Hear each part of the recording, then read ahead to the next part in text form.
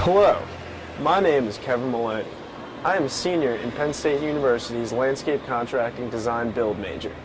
For my job shadow assignment, I followed Simon Davis, co-owner of Elemental Grounds Landscaping in northern New Jersey.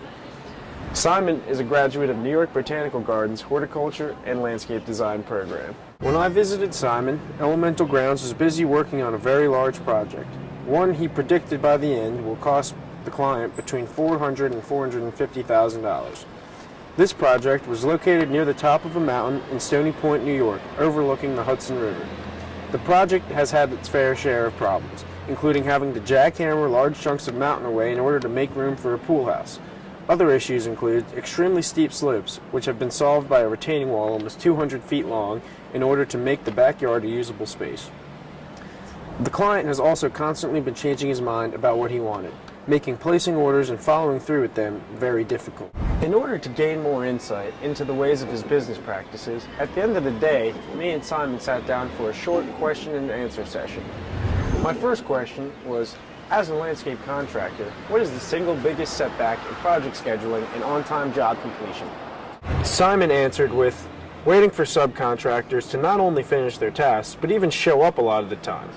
This big project on the mountain we are working on right now, we haven't been able to get our pool contractor out there in almost 2 weeks, despite the fact that we have all of the lines ready to go and the pool forms already poured.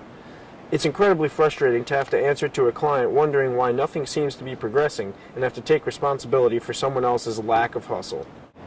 Another question that I asked was what was one of the biggest factors or jobs that helped set Elemental Grounds on the path towards success.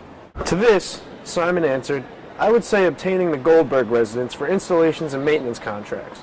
Mr. Goldberg owns a financial services company and his wife is one of the Wegman children, so they are quite well off from a financial standpoint.